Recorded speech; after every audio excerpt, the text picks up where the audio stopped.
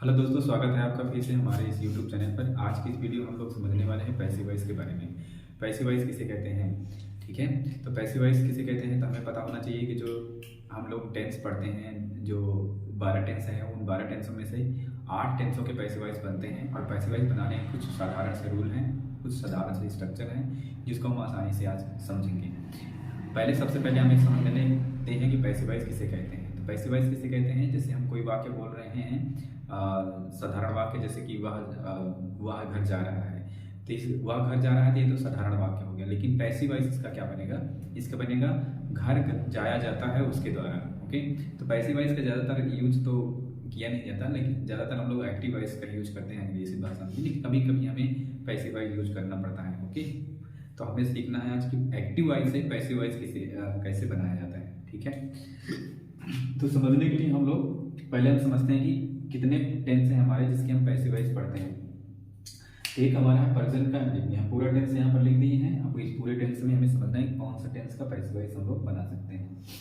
तो present indefinite tense का भी पैसिव वॉइस बनेगा, प्रेजेंट कंटीन्यूअस का भी पैसिव वॉइस बनेगा, प्रेजेंट परफेक्ट का भी पैसिव वॉइस बनेगा, पास्ट इंडेफिनिट का भी पैसिव वॉइस बनेगा, पास्ट कंटीन्यूअस का भी पैसिव वॉइस बना लेंगे हम लोग, परफेक्ट का भी बनेगा, फ्यूचर इंडेफिनिट का पैसिव वॉइस, फ्यूचर परफेक्ट का बनेगा। कौन कौन से टेंस हैं जिसकी पैसिव वॉइस नहीं बनेगी, ये हमारे 4 टेंस हैं। एक है प्रेजेंट का परफेक्ट कंटीन्यूअस टेंस का पैसिव वॉइस नहीं बनेगा, पास्ट के परफेक्ट का कंटीन्यूअस का पैसिव वॉइस नहीं बनेगा, और फ्यूचर के परफेक्ट के कंटीन्यूअस टेंस नहीं बनेगा। ओके, बनेगा कंटीन्यूअस का नहीं बनेगा। ओके, तो हम समझते हैं सबसे पहले कि पैसिव वॉइस में जो हेल्पिंग वर्ब यूज की जाती है वो कौन कौन सी यूज की जाती है। तो प्रेजेंट के इंडेफिनिट में जो हेल्पिंग वर्ब यूज की जाती है वो इज या एम या आर में से एक यूज किया जाता है। अगर हमने पहले ही बता दिया कि इज का यूज हम कहाँ पर करते हैं, जब एक वचन दिखेगा तब। एम का यूज कहाँ करेंगे, जब हम आई देखेंगे तब। और आर का यूज कहाँ करेंगे, जब हमें बहुवचन मिलेगा तब। कंटीन्यूअस में जो हेल्पिंग वर्ब लगती है वो कौन कौन सी लगती है, तो कंटीन्यूअस का जो हेल्पिंग वर्ब है वो लगती है हमारी, कंटीन्यूअस का जो हेल्पिंग वर्ब है, ओके, कंटीन्यूअस का जो हेल्पिंग वर्ब है वो कौन कौन सा है, तो इसमें है हमारा, देखिए इज या एम या आर ये तो रहेगा ही, और प्लस में हमें बीइंग जोड़ना है। ओके, मतलब इज या एम या आर और प्लस में बीइंग हमें जोड़ना होता है प्रेजेंट के कंटीन्यूअस के पैसिव वॉइस में। अगर हम परफेक्ट की बात करें, प्रेजेंट के परफेक्ट टेंस में इसमें कौन सी हेल्पिंग वर्ब लगेगी, तो इसमें लगेगा कौन सा, हैज लगेगा और या तो हैव लगेगा। ओके, हैज या हैव लगेगा और प्लस में हमको जोड़ना होगा बीइंग। ठीक, तो प्रेजेंट परफेक्ट में हेल्पिंग वर्ब लगता है हैज या हैव और प्लस में बीइंग लगेगा। ओके, अगर हम पास्ट की इंडेफिनिट की बात करेंगे, पास्ट इंडेफिनिट में पैसिव वॉइस में हेल्पिंग वर्ब कौन सी लगेगी, इसमें हेल्पिंग वर्ब लगेगा वाज या तो वर, ये दोनों में से एक लगेगा, वाज या तो वर सॉरी, वाज एक वचनकर्ता के साथ, वर लगेगा बहुवचनकर्ता के साथ। अगर हम कंटीन्यूअस की बात करें तो इसमें कौन सी हेल्पिंग वर्ब लगेगी, तो कंटीन्यूअस में हेल्पिंग वर्ब लगेगी वाज या वर, दो में से एक लगाना होगा, प्लस में हमको बीइंग जोड़ना है। ओके, ये हो जाएगा। अगर हम कंटीन्यूअस परफेक्ट की बात करें तो इसमें कौन सी हेल्पिंग वर्ब लगेगी, इसमें लगेगी हैड बीन। ओके, ये हेल्पिंग वर्ब इसमें लगेगी पैसिव वॉइस में। अगर हम फ्यूचर की इंडेफिनिट की बात करें, इसमें कौन सी हेल्पिंग वर्ब लगेगी, तो फ्यूचर की इंडेफिनिट में जो हेल्पिंग वर्ब लगेगी वो कौन सी लगेगी, तो फ्यूचर इंडेफिनिट की हेल्पिंग वर्ब लगेगी हमारा का, इसमें हेल्पिंग वर्ब हमारी लगेगी विल बी या shall be. Okay, will be या तो शैल बी। और अगर हम बात करें फ्यूचर के कंटीन्यूअस में जो हेल्पिंग वर्ब लगेगी वो कौन सी लगेगी, फ्यूचर के कंटीन्यूअस में हेल्पिंग वर्ब हमारी लगेगी, सॉरी फ्यूचर के कंटीन्यूअस का पैसिव वॉइस तो बनना नहीं करेगा। फ्यूचर के परफेक्ट में कौन सी हेल्पिंग वर्ब लगेगी, तो फ्यूचर के परफेक्ट में हेल्पिंग वर्ब लगेगी कौन सी, विल हैव बीन या तो शैल हैव बीन। ये हमें ध्यान रखना है, विल हैव बीन या तो शैल हैव बीन। ये शब्द ना दिखते हैं जैसे, तो इसके नीचे लिख देते हैं शैल हैव बीन। ओके, तो इसमें लगेगी। बाकी ये present perfect continuous, past perfect continuous और फ्यूचर परफेक्ट कंटीन्यूअस, इनका तीनों का पैसिव वॉइस तो वैसे भी नहीं बनता, और फ्यूचर के कंटीन्यूअस का पैसिव वॉइस नहीं बनता। इस तरीके से हम पैसिव वॉइस बना सकते हैं। ओके, अब हम एक एक एग्जांपल लेते हैं और कैसे बनाना है ये आपको समझाते हैं। ओके, अब देखिए पैसिव वॉइस कैसे बनाना है। पहले हमें ये पहचान करनी होगी कि ये कौन सा टेंस है। अगर हमें टेंस पहचान में आ जाएगा तभी हम पैसिव वॉइस बना पाएंगे, नहीं तो प्रॉब्लम होगी हमारे पास। जैसे अगर टेंस की पहचान करनी है तो कैसे करेंगे, हमने पीछे वाले जो वीडियो टेंस वाली पढ़ा दी है वो अलग, अगर आपने पढ़ा होगा तो उस वीडियो में हमने बताया था कि कौन सा टेंस है। जैसे लिखा है, हमने एक वाक्य लिखा, she is breaking, she is breaking the glass. हम कहें कि ये कौन सा टेंस है हमारा, तो कहोगे कि ये कि इज लगा है इसमें और प्लस में आईएनजी फॉर्म लगी है। तो कौन से टेंस में इज और आईएनजी लगता है, तो ये लगता है प्रेजेंट के कंटीन्यूअस टेंस में, हमें ये ध्यान रखना है। अब इसका पैसिव वॉइस कैसे बनाना है, तो कैसे पैसिव वॉइस बनाने के लिए हमारे पास पूरे जो पैसिव वॉइस बनाने का सूत्र है वो हमारा सबसे पहले लिखना होता है हमें ऑब्जेक्ट, हमें यही ध्यान रखना है। पैसिव वॉइस में ऑब्जेक्ट पहले लिखते हैं, ऑब्जेक्ट लिखने के बाद हमें लिखना होता है हेल्पिंग वर्ब, जो हमारी हेल्पिंग वर्ब होती है वो लिखेंगे, प्लस में मेन वर्ब लिखेंगे, और ये भी कौन से फॉर्म में रहेगी, थर्ड फॉर्म में हमको ध्यान रखना है, यानी कि क्रिया का तीसरा रूप इसमें लगेगा, हमें ये दिमाग में ध्यान रखना है। मेन वर्ब की थर्ड फॉर्म, मेन वर्ब की थर्ड फॉर्म, ये ध्यान रखना है। प्लस में हमें लगाना होगा, तो प्लस में हमारा जो बचता है शब्द उसको लिखेंगे, जैसे ओ सी, ओके। हम लगाएंगे ऑब्जेक्ट प्लस में helping verb plus main verb की third form plus O C W, और प्लस में हम लगा देंगे बाई, और बाद में हम लगाते हैं सब्जेक्ट। हमने पहले ही बात करी कि पैसिव वॉइस में सब्जेक्ट को पीछे लिखना होता है। अब इस वाक्य को हम ध्यान से देखें, लिखा है सी इज ब्रेकिंग द ग्लास। अब इसका अगर हमें पैसिव वॉइस बनाना है तो पहले हम समझना है कि कौन सा टेंस है, तो इसमें इज लगा है और आईएनजी फॉर्म लगी है।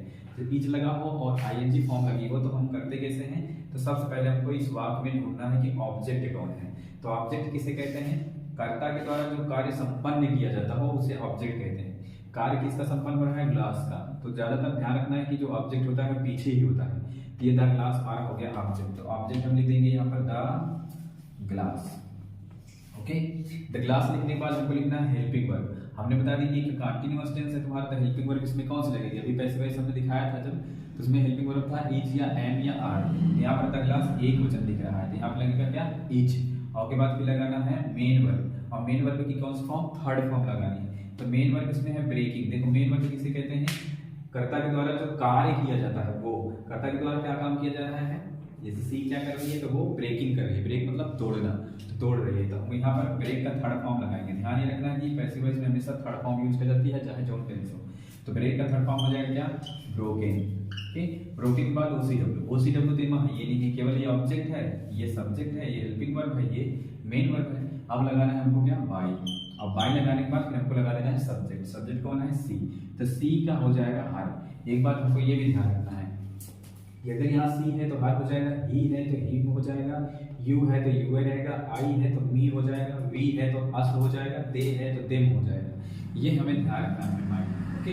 इस तरीके से पैसिव वॉइस बना सकते हैं। और भी हम कुछ एग्जाम्पल ले रहे हैं, जैसे हमने कहा एक वाक्य मैं और लिखता हूँ, जैसे मैं लिखता हूँ एक वाक्य, कोई भी एक वाक्य लिखते हैं, the police, the police, the police caught the thief। जैसे एक वाक्य है the police caught the thief, इससे पैसिव वॉइस में कैसे करेंगे। पहली बात ये कि हमें इस टेंस की पहचान करनी है कि ये कौन सा हमारा टेंस है। अगर हम पहचान कर लेते हैं तभी हम कर पाएंगे, हमने पहले इसे बता दिया। और पहचानने के लिए पीछे वाली जो वीडियो थी उसको आपको पढ़ना बहुत ही ज़्यादा जरूरी है। अब देखो इसको पैसिव वॉइस में कैसे चेंज करते हैं। पहले हम समझते हैं कि लिखा क्या, लिखा है the police caught the thief। अब यहाँ पुलिस ने पकड़ा चोर को, मतलब लिखा है पुलिस ने चोर को पकड़ा, तो ये कौन सा, यहाँ पर दिख रहा है कॉट। कॉट है वर्ब की सेकेंड फॉर्म, हमें यही तो ध्यान रखना है थोड़ा सा कि वर्ब की अगर सेकेंड फॉर्म लगती है तो हमारा होता है कौन सा टेंस, तो वर्ब की सेकेंड फॉर्म लगती है पास्ट के इंडेफिनिट टेंस में, ये हमें ध्यान रखना है। और पास्ट के इंडेफिनिट में पैसिव वॉइस में हेल्पिंग वर्ब क्या लगती है, तो वाज वर्ब, ये की तो अभी हमने बताया था। तो हमें क्या करना है, सबसे पहले लिखना है ऑब्जेक्ट। ऑब्जेक्ट हमने कहा पीछे होता है ज्यादातर, तो हम द थीफ यहाँ पर पहले लिख देंगे, तो हो जाएगा हमारा the thief, the thief, THEIF, the thief. उसके बाद फिर लगाना है हमको क्या, हेल्पिंग वर्ब। अब ये पास्ट का इंडेफिनिट टेंस हमने बता दिया, कोई सेकंड फॉर्म लिखी है, मेन वर्ब की सेकंड फॉर्म है, तो ये पास्ट का इंडेफिनिट टेंस होता ही है। तो हमें कॉट का सेकंड फॉर्म से पहले हमें हेल्पिंग वर्ब लगाना है। हेल्पिंग वर्ब हमारा क्या लगेगा, इसमें वाज लगेगा, क्योंकि थीफ एक वचन है, वाज लगा दिया। फिर मेन वर्ब की थर्ड फॉर्म, मेन वर्ब इसमें क्या है, कॉट, तो कॉट का थर्ड फॉर्म कॉट ही होता है, ये भी हमें याद करना होगा। उसके बाद OCW है ही नहीं, फिर लगाना है हमें बाई, और बाई लगाने के बाद फिर द पुलिस को यहाँ पर रख देंगे, द पुलिस। ये हो जाएगा हमारा पैसिव वॉइस, ओके। इस तरीके से हम पैसिव वॉइस करेंगे, लेकिन हमें ये ध्यान रखना होगा कि जब तक हम टेंस की पहचान नहीं कर पाएंगे तब तक हम पैसिव वॉइस नहीं बना पाएंगे। जैसे एक वाक्य हम और लिखते हैं, जैसे लिखा है they will play the game, लिखा है they will play the game. अब इसका पैसिव वॉइस हम कैसे बनाएंगे? तो they will play the game का पैसिव वॉइस बनाने के लिए हमें समझना होगा कि टेंस कौन सा। तो जो भी में विल या शैल आता है, ध्यान से मेरी बातों को सुनना है, बस कुछ भी याद नहीं करना है, बस ध्यान से सुनिए, कुछ नहीं याद करना है, सब याद हो जाएगा। एक एक टेंस ऐसे करते जाएंगे, धीरे धीरे याद हो जाएगा। जितना हम प्रैक्टिस करेंगे उतना ही याद होगा। और अगर बैठ गए याद करने के लिए तो थोड़ी सी कितना रटोगे, रटने से कुछ भी याद नहीं होता, हमें समझना होता है। अब यहाँ पर देखना है विल लिखा है, और जब अगर विल लिखा है तो हम कह सकते हैं कि फ्यूचर का टेंस है। विल या शैल फ्यूचर इंडेफिनिट में लगता है, हमें पता होना चाहिए। और जब फ्यूचर इंडेफिनिट टेंस है तो पैसिव वॉइस बनाना शुरू कर देते हैं। वो फ्यूचर इंडेफिनिट का जो हमने तरीका दिखाया था, तो उसे देखिए, जो लिखे वो फ्यूचर इंडेफिनिट टेंस का जो हेल्पिंग वर्ब है उससे हम देखते हैं। पहले क्या लिखेंगे? ऑब्जेक्ट। पैसिव वॉइस बनाना है, ये है एक्टिव वॉइस। जितने भी आपके थे जिस काम को बनाना था सारे सारे वो एक्टिव वॉइस थे। अब पैसिव वॉइस बनाने के लिए सबसे पहले हमें ऑब्जेक्ट लिखना है। ऑब्जेक्ट इसमें क्या है? The game. यहाँ पर हम लिख देते हैं द गेम। ये हो गया द गेम। उसके बाद हेल्पिंग वर्ब लिखिए। हेल्पिंग वर्ब क्या है? Past sorry future indefinite tense में हेल्पिंग वर्ब पैसिव वॉइस में क्या लगता है? विल बी या शैल बी। यहाँ गेम के साथ लगेगा हमारा विल बी। तो विल बी या शैल बी में विल बी क्यों लग रहा है? हमने पहले ही बता दिया था कि आई और वी अगर यहाँ हो तब यहाँ शैल लगाना है, नहीं तो विल लगेगा। तो द गेम विल बी। और उसके बाद हेल्पिंग, तो ऑब्जेक्ट हो गया द गेम, हेल्पिंग वर्ब हो गया विल बी, मेन वर्ब की थर्ड फॉर्म लगानी है। मेन वर्ब प्ले है तो प्ले का थर्ड फॉर्म क्या हो जाएगा? ईडी जोड़ देना है, तो प्लेड हो जाएगा। प्लेड हो गया। फिर ओसीडब्ल्यू तो है ही नहीं, अब लगाना है बाई। देखिए ज्यादातर ओसीडब्ल्यू होगा नहीं, ओके, ओसीडब्ल्यू ज्यादातर नहीं होते, बाई लगा देते हैं। उसके बाद फिर सब्जेक्ट लिखते हैं। सब्जेक्ट यहाँ पर है दे, तो हमने पहले ही बता दिया कि दे अगर यहाँ से हम इधर ले आएंगे तो दे का हो जाएगा देम। मैंने फिर बताया, मैं फिर से बता रहा हूँ, अगर ही होगा तो हिम हो जाएगा, सी है तो हर हो जाएगा, दे है तो देम होगा, वी है तो अस होगा, आई है तो मी होगा। ठीक, तो ये सारी चीजें हमें याद रखनी है। जैसे जैसे मैं बताते जा रहा हूँ इस तरीके से हम इसका भी कर सकते हैं। अब सपोज कर लो, मान लो कि ये तो हमारे साधारण से वाक्य आ गया। साधारण से वाक्य आ गया तो कैसे हमको करना है? मान लो कि अफर्मेटिव का छोड़ करके इंट्रोगेटिव आ गया, और जब इंट्रोगेटिव आ गया तो कैसे करेंगे? वैसे जैसे हम कहें इंट्रोगेटिव दो प्रकार के होते हैं। जैसे हमने लिखा do you catch the fish. Do you catch the fish, क्या तुम मछली पकड़ते हो? ये लिखा है do you catch the fish, क्या तुम मछली पकड़ते हो। इसका पैसिव वॉइस कैसे करेंगे? देखिए, अब जब हेल्पिंग वर्ब पहले लिखा है तो हमको भी हेल्पिंग वर्ब पहले लिखना होगा। ये कौन सा टेंस है पहले ये भी रिसर्च करो। ये है हमारा प्रेजेंट का इंडेफिनिट टेंस, मतलब जो में डू या डज लगता है वो कौन सा टेंस होता है? प्रेजेंट का इंडेफिनिट होता है। अब present indefinite tense passive voice में हेल्पिंग वर्ब कौन सी लगती है? तो इज या एम या आर। अब इज या एम या आर में से हमको सबसे पहले क्या लगाना होगा? तो ये हमको सोचना होगा किसके आधार पर लगाएंगे? हम ऑब्जेक्ट के अनुसार लगाएंगे। यहाँ पर ध्यान देना है कि यहाँ पर ये साधारण वाक्य का हमने लिखा था या अफर्मेटिव सेंटेंस का पैसिव वॉइस बनाने का तरीका हमने लिखा है। लेकिन इंट्रोगेटिव के लिए हेल्पिंग वर्ब पहले अगर है तो हेल्पिंग वर्ब को पहले लिखिए, पैसिव वॉइस बनाना। लेकिन किसके आधार पर लिखेंगे? तो हम आधार रखेंगे वही ऑब्जेक्ट, क्योंकि ऑब्जेक्ट ही मेन काम करता है पैसिव वॉइस में। तो द ऑफिस यहाँ पर ऑब्जेक्ट है, इसके आधार पर इस टेंस में यानी प्रेजेंट इंडेफिनिट टेंस में कौन सी हेल्पिंग वर्ब लगती है? तो इज या एम या आर लगता है। तो द ऑफिस को हम हटाएंगे, मतलब द ऑफिस के आधार पर हम यहाँ पर इज लगाएंगे। इज लगाने के बाद उसके बाद फिर लगा देंगे ऑब्जेक्ट। ऑब्जेक्ट हमारा द फिश है, इज द फिश हो गया। उसके बाद हेल्पिंग वर्ब पहले हो गया, ऑब्जेक्ट हो गया, मेन वर्ब वैसे ही करना है। कैच का थर्ड फॉर्म क्या होता है? तो कैच का थर्ड फॉर्म होता है कॉट, यानी तीसरा रूप हमें लगाना है। कॉट के बाद ओसीडब्ल्यू है ही नहीं, बाई लगाना है। तो बाई लगाने के बाद हमें सब्जेक्ट लिखना है। सब्जेक्ट यहाँ यू है, तो यू का सब्जेक्ट का ऑब्जेक्ट की जरूरत बनता है, तो यू का यू ही रहेगा। तो इस तरीके से हम पैसिव वॉइस बना सकते हैं इंट्रोगेटिव सेंटेंस का भी। और जैसे मान लो इसी तरह के और भी वाक्य हैं तो हम कैसे करेंगे? जैसे हम एक वाक्य और लिखते हैं, लिखा है रमेश नहीं, ऐसे लिखा है। मान लो एक वाक्य हम लिखते हैं, लिखा है why have Ramesh killed the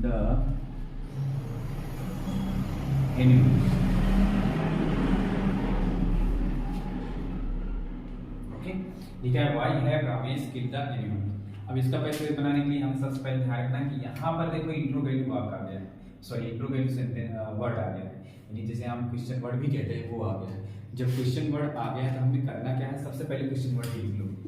कोई भी टेंस होगा ध्यान रखिए, अगले question word why, what, where, who छोड़ के व्हेन वगैरह जो भी आते हैं सबको हम वैसे लिख देंगे। और यहाँ लिखने के बाद इसको लिखने के बाद हमें क्या करना होगा?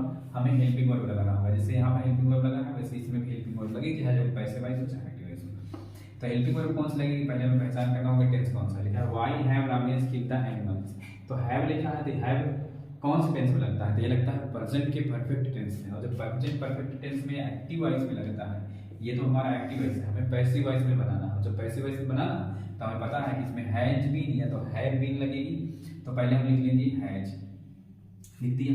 ध्यान किया है हमें थोड़ा सा ये कि अगर हैज बीन दो वर्ब मिल करके हेल्पिंग वर्ब बना रहे हैं, तो हमें इंट्रोगेटिव में बीच में पहले सब्जेक्ट रखना होगा, सॉरी ऑब्जेक्ट रखना होगा पैसिव वॉइस में, चाहे वो सब्जेक्ट एक्टिव वॉइस हो चाहे पैसिव वॉइस हो, बीच में हमें सब्जेक्ट या ऑब्जेक्ट को रखना ही होगा।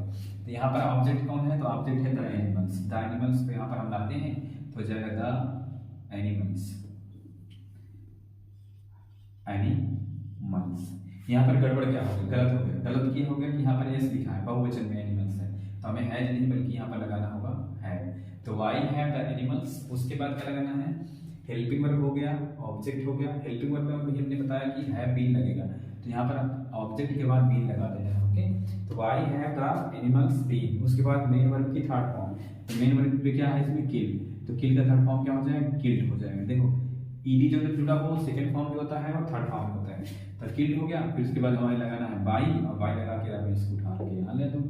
ध्यान ये रखना हमें कि अगर कोनो नाम होता है तो उधर ले जाने में कोनो बदलाव नहीं होता। इस तरीके से हम इंट्रोगेटिव से मतलब वो शब्द से जो पैसिव वॉइस होते हैं उसके लिए हमारे पास सूत्र अलग से होता है।